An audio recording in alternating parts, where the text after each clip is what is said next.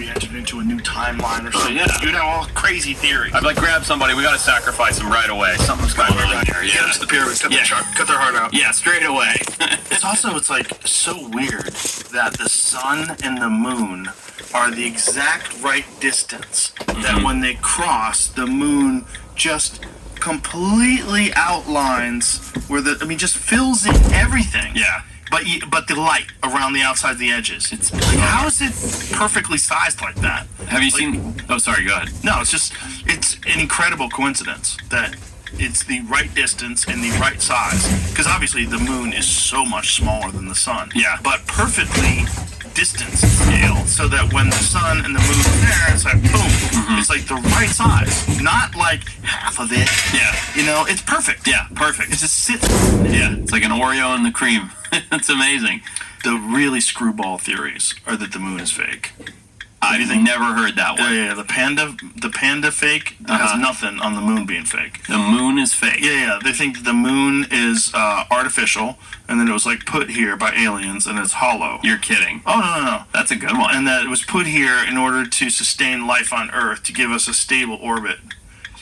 I mean, it does do that. It does do that. Yeah. Huh. Because imagine, like, how fragile life is.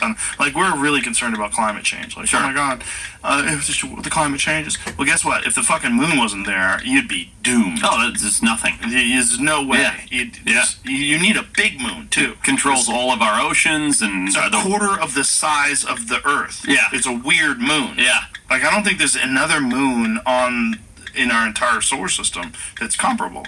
In terms of like the size and the relationship to the other planet. To the planet itself. I think it's way bigger than every other moon. Let's find that out. Is that what formulates the conspiracy theories? Yeah, it was brought in? Oh, yeah. Interesting. There's also, we did some sort of experiment where we shot something at the moon and it rang like a bell for like a long time, which is really weird. That's wild. It's like it echoed like way longer than we thought, which of course could just be they didn't know what it would do because they've never done it before. Right. And they don't even know like... The fifth largest moon in the solar system, with a diameter of the width of the contiguous United States, while it's dwarfed by Jupiter and Saturn's largest moons. It's uniquely massive compared to its parent planet. Yeah, that's what it is. Making the Earth-Moon system more like a double planet. Yeah, so in relationship to the planet, like, so Jupiter and Saturn have huge moons, but Jupiter obviously is fucking massive, way bigger than us. Yeah. Well, you can look at the size of Jupiter in comparison to the size of Earth. Yeah, so it's the scale of the moon to the Earth. Yeah, interesting. That is a wild conspiracy theory. Imagine just being the guy who's like, you know what? Why don't we shoot at the moon? Let's give that a whirl, see what happens. Yeah, they did something. I don't know what they shot it with. I think they sent a rocket to the moon and just to measure the sound. To see what would happen. And it was odd. They found it was weird. Odd the way it rang. It rang like a bell. But, it's like they've never done that before. Like, and also, who knows what the fucking center of the moon's made out of? Yeah. Who knows where you hit it? Yeah, totally. Who knows? Maybe it's weird. Maybe you got some caves in there. It's hollow. Apollo experiments and the ringing effect. The phrase "moon rang like a bell" comes from Apollo 12. In 1969, November, NASA deliberately crashed the lunar module's ascent stage onto the moon. Seismometers recorded long-lasting vibrations for nearly an hour. This description is a metaphor for how dry, cold lunar rock reverberates without water to dampen the shock waves. Interesting. Yeah, but retards and dorks say, "Oh, it's hollow. It's made by aliens." And there's also people that think that there's stuff there. Like there's a monolith. Oh, the cities on the moon and all that. On the other side that we can't see. Yeah. Man, bases. Reddit's a wild place, huh?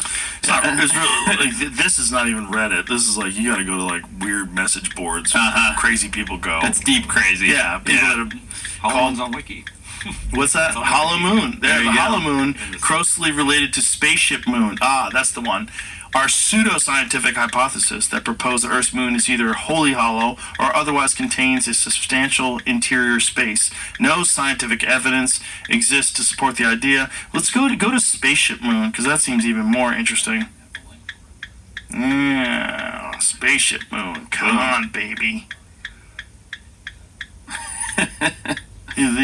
All these pseudo-scientific. The moon's spaceship includes historical. Oh no. Yeah, it's not. I didn't know what that means. Spaceship moon theory. Try that. It's theory. A pseudoscientific hypothesis proposing that Earth's moon is an artificial, hollowed-out satellite constructed by an alien civilization. Oh boy! See? It's like the Death Star. There you go, bro. Yeah. Well, you need to get into like space is fake. That's even better. Space is fake. It's popularized in 1970 by two Soviet scientists, Mikhail Vasin and Alexander. How about that word? Yep. Shcherbakov, who suggested the moon was reinforced by an armored titanium hull to survive impacts. Oh man, people need more to do. No, they don't. You like this? I love the kookier the better. Yeah. Like hashtag space is fake is one of my favorite things to look up, because there's a whole community of people out there that think space is fake. But I also think that a lot of these people, what you're getting is there's been some people who develop fake theories in order to see if people bite. And then they put them out there like on Reddit or somewhere on 4chan. 4chan's a great place for stuff like that, because you got a lot of schizophrenics that like to visit those places. And they'll put it out there and see if people run with it. And then they'll do it to see if just for fun. And it gives you a community. Right? It's like, oh yeah, I have this group of flat earthers that I hang out with on Saturdays, and we talk about how the Earth's not round. You know what I mean? It's like I made my own lunatic community. Bigfoot hunters. Yeah. Same thing. There you go. Unfuckable white guys. Yeah. The unfuckable white guys looking for cryptids. Something to do. Are there any other cryptids that are even remotely interesting? To me, not really. I mean, I always enjoy the fun of it, like when we chat about it, but as far as like the reality of it, I don't think so. You know, I know it's a boring answer, but I think that... Well, you would know. I mean, that's why I'm asking you. I mean, you're a guy who actually goes to these places. I mean... goes looking for stuff. I love when you hear about something like a burrowing snake, and everybody's like, that's not real, it doesn't exist, and then... turns out somebody finds this weird snake. And it's not really a cryptid, but it's something that nobody's been looking for, because why would you, right? Nobody's digging in the earth in the center of the Congo to find a mud snake, you know, or whatever it happens to be. And I think those are the things that they end up being cryptids in small communities.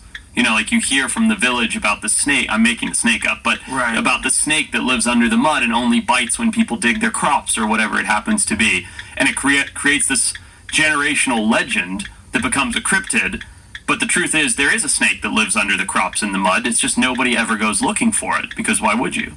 Well, there is a weird arrogance that we have in 2026, because we have uncovered so much in comparison to people that lived 200 or 300 years ago. Oh, for sure. That we have this maybe arrogant assumption that we have an accurate audit of all the animals on the planet. And it's such a human thing to do, is to be like, we've quantified it all. We have the answers. Yeah. You know, it's like we put a finite on something. And then you have all these guys, like especially in the scientific community, which is, that's a whole story for itself. But they're now like, okay, I need funding, so I'm going to speciate a bunch of stuff. So I'm going to go look at 4 things that are exactly the same, except one lives on one side of the creek and one lives on the other. And now I'm going to make it its own species, because that'll fund more work for me. So now you have this speciation race. Yeah. There's no gatekeeping on that where someone goes, hey. I mean, there are certain criteria that you have to meet, but they're pretty easy to meet. Do you know what I mean? You have to say it looks different, it has some kind of genetic anomaly, it has some kind of physical anomaly, there's a population of it. Okay, now I've named my own species, and that makes noise, and I can publish a paper, and now my research is funded. And it's just like, it's not, you know, is it a species? Did we need this one frog to be split into 4 different groups because they live on, you know, 4 different patches of the mountain? Not really. You know, and it sort of lessens the conservation for that frog in general, because now all of a sudden it's like, well, there's 4 different kinds of them, so who cares if one of them gets extinct? You know what I mean? It's sort of like, it's a weird thing that's going on in the sciences, where there's this race to do speciation and pull apart everything into more and more and more, and then it sort of lessens the value of them, in my opinion. That's interesting. So there's this reward thing that happens that